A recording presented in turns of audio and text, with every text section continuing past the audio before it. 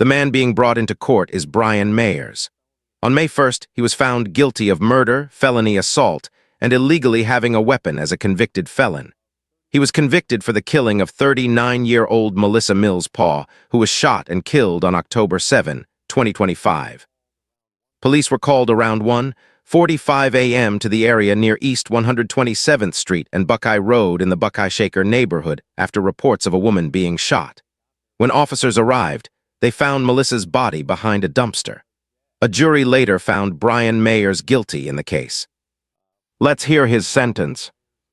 A, as well as the 1- and 3-year firearm specifications contained in count 1.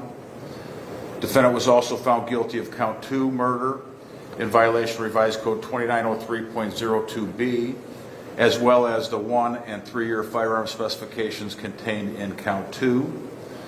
Defendant was found guilty of felonious assault in count 3 in violation of Revised Code 2903.11a1, felony to the second degree, as well as the 1- and 3-year firearm specifications contained in count 3.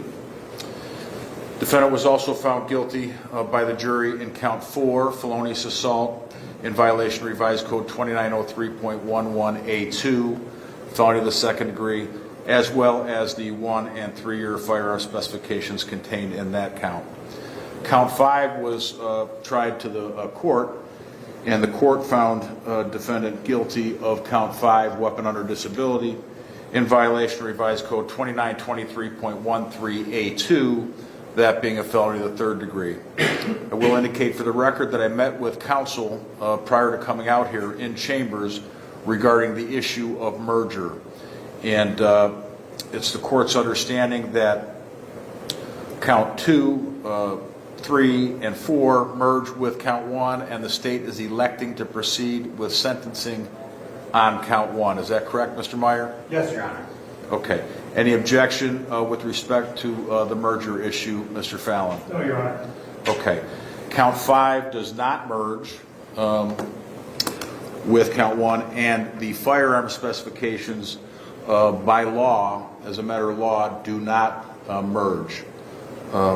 So the court intends to sentence on count 1 as well as the 3-year firearm specification contained in count 1 and count 2.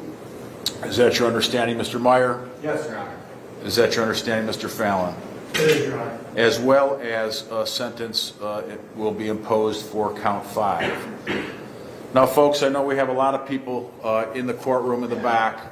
I want you all to know what the court needs to consider at the time of sentencing.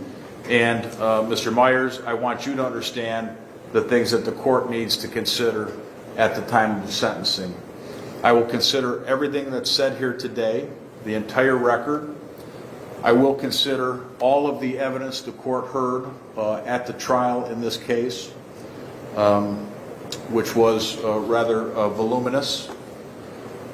I will formulate my decision based upon the overriding principles and purposes of felony sentencing, namely to protect the public from future crime by you and others, and to punish you using the minimum sanctions the court determines accomplishes those purposes without imposing an unnecessary burden on state or local government resources. I've considered the need for incapacitation, deterrence, rehabilitation, and for providing for restitution. I've considered the seriousness and recidivism factors relevant to the offense and the offender pursuant to Revised Code 2929.12. I must and will ensure that the sentence being imposed does not demean the seriousness of the offense or the impact it's had on the victims and the community, and is consistent with other similar offenses committed by like offenders. Finally, sir, this sentence is not based upon any impermissible purpose, namely the race, ethnic background, gender, or religion of Mr. Myers. So, Mr. Myers, you understand the things that the court needs to consider at the time of sentencing, sir? Yeah. Okay. All right. The procedures that are going to take place today is I'm first going to hear from the state of Ohio and any victims that would like to, victims' family representatives that would like to be heard. I will then hear from your lawyer, Mr. Myers, and then I'll hear from you as much or as little as you would like to say. Then I will impose the appropriate sentence based upon those sentencing guidelines and factors that I enumerated for you previously. Okay, so that's the procedure. On behalf of the state of Ohio. Thank you, Your Honor.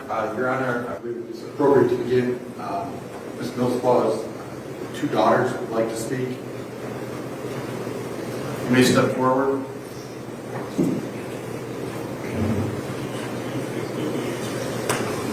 And are these minor children? No, Your Honor. They're both adults? I believe so. Okay. Okay. I will read they are both adults, Your Honor. I will read a statement. Okay. You may step forward. You can come up to the podium.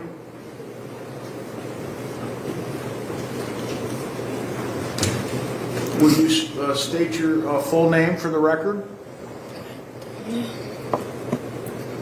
Your Honor, this is Vanessa, Vanessa, Millspaw, Millspaugh,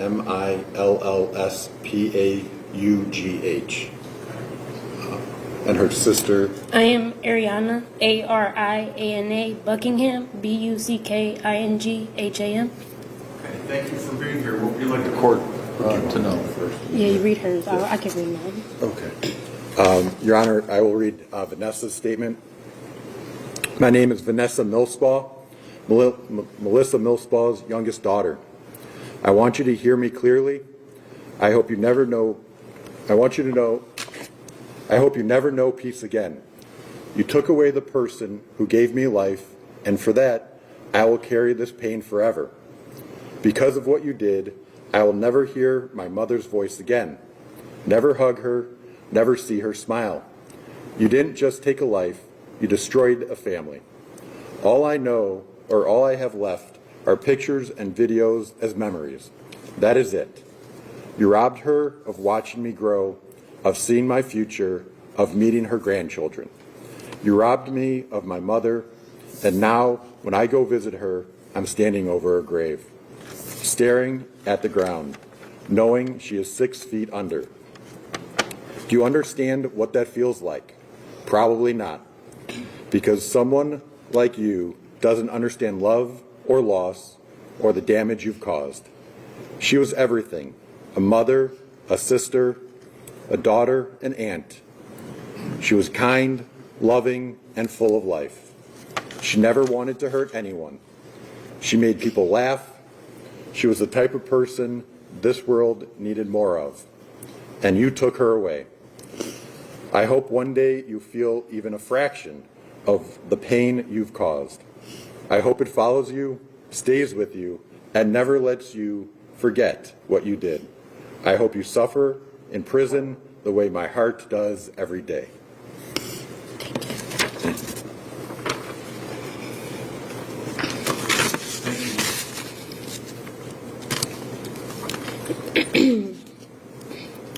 My name is Ariana Buckingham. I am the oldest daughter of Melissa Millspaw. My mother was more than just a name in this case. She was a woman full of life, love, and compassion. She had a heart that made room for everyone. No matter what she was going through, she always found a way to show up for others. If someone needed help, she didn't hesitate. She gave, she listened, she cared. My mom lived a real life. She faced struggles. She had hardships that many people will never fully understand. But those struggles did not define her. What defined her was her heart. Even in her hardest moments, she still found ways to love people, to give, and to be there when it mattered. She was the kind of person who could make you feel seen and understood. She carried pain, but she never let it stop her from caring about others. Since losing her in October of 2025, my life and my family's life has been permanently changed. There are no words that truly explain what it feels like to have someone taken from you so suddenly and so violently. It didn't just take her life. It took our sense of safety, our peace, and so many moments we will never get back. Sitting in this courtroom watching this trial take place feels like I had to relive her death all over again. Knowing you were guilty, you still decided to take it to trial to make me feel as if I lost my mom twice. I had to step out multiple times because the reality of what happened to her became too overwhelming. But I kept coming back. I stayed because I needed to be there for her. I needed to be at least one person in this courtroom who truly knew her. Not just as a victim, but as my mom, a woman who mattered, as someone who was loved deeply. I carry grief every day, but I also carry guilt. I think about all the times I could have been more patient, more present, or shown her more appreciation. And now I would give anything, literally anything, just for one more conversation, even if it was just for a moment. Even a quick glance at the smile, the one that drew others near, and a smile I will always carry in my heart. While I am hurting, I am not the only one. My entire family feels this loss every single day. This kind of loss is life-altering. There's a permanent space in our lives that can never be filled. My mother deserved to live. She deserved more time. She deserved the chance to keep growing. The chance to keep growing, healing, and loving the people around her. Nothing said here today can bring her back, but I stand here asking for justice, not for how she died, but for who she was. I will continue to honor my mother, not for her struggles, but for her strength, her heart, and the love she gave so freely. Thank you. Thank you for your statement. Your Honor, just briefly, I believe you correctly described the merger in this case. The state would elect count one, the murder A, for the purposeful act here. What we see here is the importance of the weapon under disability and what happens when felons have firearms. Bad things happen, and that's what happened in this case. We heard it from the first witness that Melissa was known in that community but did not hurt anyone and did not bother anyone and did not deserve this. And this is what happens when felons have firearms. And we ask that you do the appropriate sentence here. Thank you. Thank you. Mr. Fallon, what would you like to say?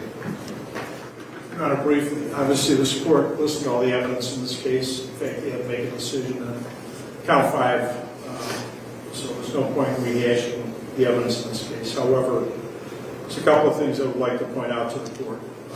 My client, as the court is aware, I referred him for competency at the beginning of this case. He's got a long history of psychiatric issues, which include depression, anxiety, hysterical. He also had a history of being abused as a child, physically, emotionally, and sexually. And I think most importantly in this case, he had a long history of PCP use, long by 20, 30 years plus. And I would suggest to the court that extended use of PCP does in fact destroy the brain and how people think and function. I would ask the court to impose the sentence, which is really, for all intents and purposes, mandatory, all except for the weapons under disability. My client does not wish to exercise his right to speak to the court. He wants to preserve his appellate rights, so I hope the court understands that. It's a decision that he's made.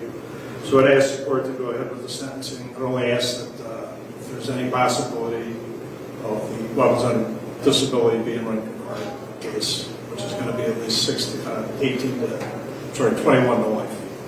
Thank you. Thank you, Mr. Fallon. Mr. Meyers, what would you like to say, sir?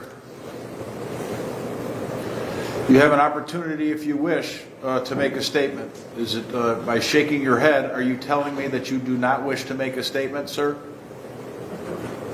Yes, I can't hear you. Okay. All right, so you're waiving your right to make any statement in mitigation. Is that correct? Okay. All right, as I indicated previously, the court has considered the principles and purposes of felony sentencing. I also considered all of the testimony, and it was rather voluminous at trial. The evidence was frankly overwhelming, Mr. Meyers. You are seen on video going to the scene.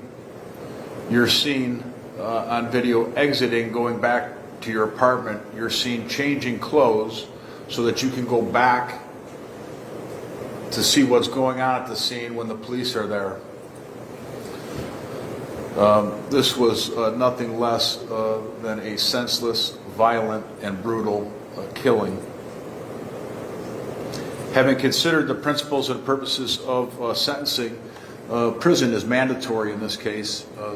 The statute tells the court exactly what the court must sentence you to for count one.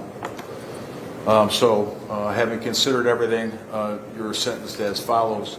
On count one, you're sentenced to the 3-year firearm specification contained in the revised code in count one, which must be served prior to and consecutive with a mandatory life in prison with the possibility of parole after 15 years for the murder as charged in count one, pursuant to revised code 2929.02B1. You must also serve pursuant to count two, even though the murder in count two merges with count one. The 3-year firearm specification contained in count one does not.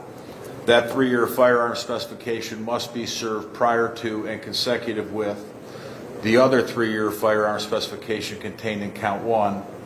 So you have 6 years in firearm specifications, which must be served prior to and consecutive with the indefinite sentence of life in prison with the possibility of parole for after 15 years.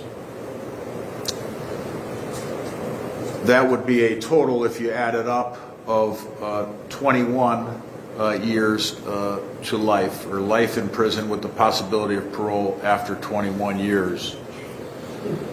On count 5, the weapons under disability, I look back and Mr. Meyer is absolutely correct when he says that this is why felons aren't supposed to be having guns, because your criminal history dates back to 1995, in and out of prison, and given opportunities for probation numerous times. 95, gross sexual imposition. 97, attempted breaking and entering, and this is just in Cuyahoga County. 98, possession of drugs. 98, another possession of drugs. 2000, trafficking to cocaine. 2000, attempted possession of drugs. 2001, trafficking in drugs. 2003,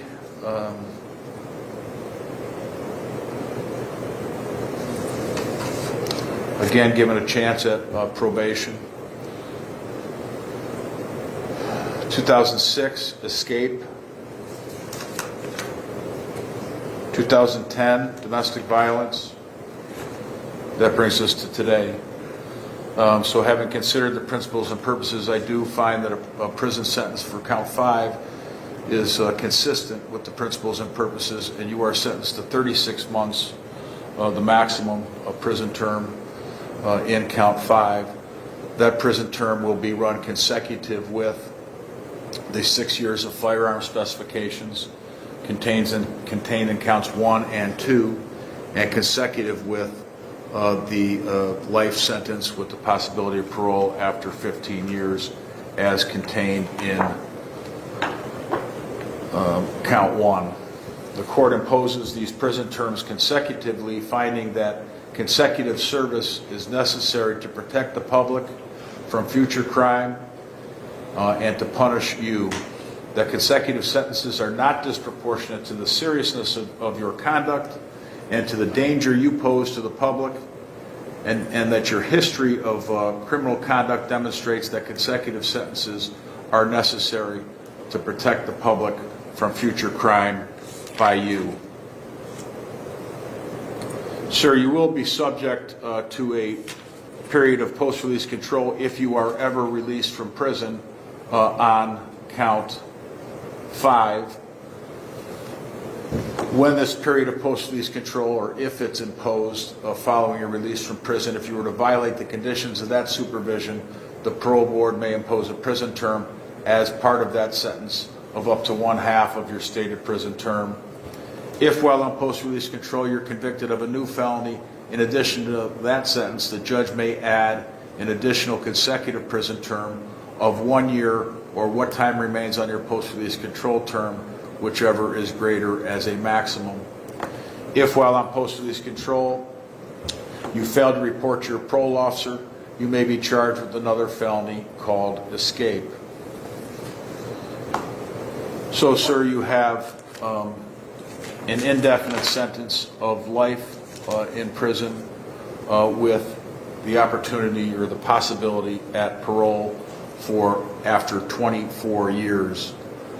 Sir, I will explain your appellate rights to you at this time.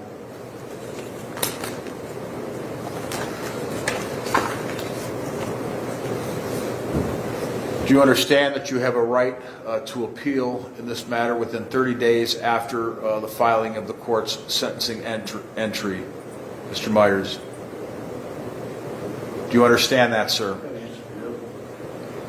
Do you understand if you are unable to pay for the cost of a transcript, the record, and all relevant documents required for an appeal, they will be provided to you without cost? Do you understand that? Do you understand if you are unable to pay for an appeal, you are entitled to have a notice of appeal filed without the payment of a filing fee? Do you understand that if you are unable to obtain counsel for an appeal, counsel will be appointed to represent you at no cost to you? Do you understand that? All right. Is there anything further on behalf of the state of Ohio? No, thank you, Your Honor. Thank you. Is there anything further on behalf of defendant? I'm sorry, Judge. I would ask for counsel to be appointed for the appeal and also for a transfer of the state's expenses going on. Counsel will be appointed for the purposes of appeal. All right, we are adjourned. Thank you. Thank you, Your Honor. You've just watched the sentencing of Brian Meyers, who was found guilty on May 1st in the death of 39-year-old Melissa Millspaw. Prosecutors said she was shot and later found behind a dumpster. During sentencing, the judge said the evidence against Meyers was very strong, including surveillance footage that reportedly showed him leaving the area, going home to change clothes, and later returning to see the police investigation. The jury found enough evidence to convict him. He was sentenced to life in prison, with his first chance for parole after 24 years. The judge also ordered some of his sentences to be served one after another instead of at the same time, which added more years to his total sentence. Thanks for watching.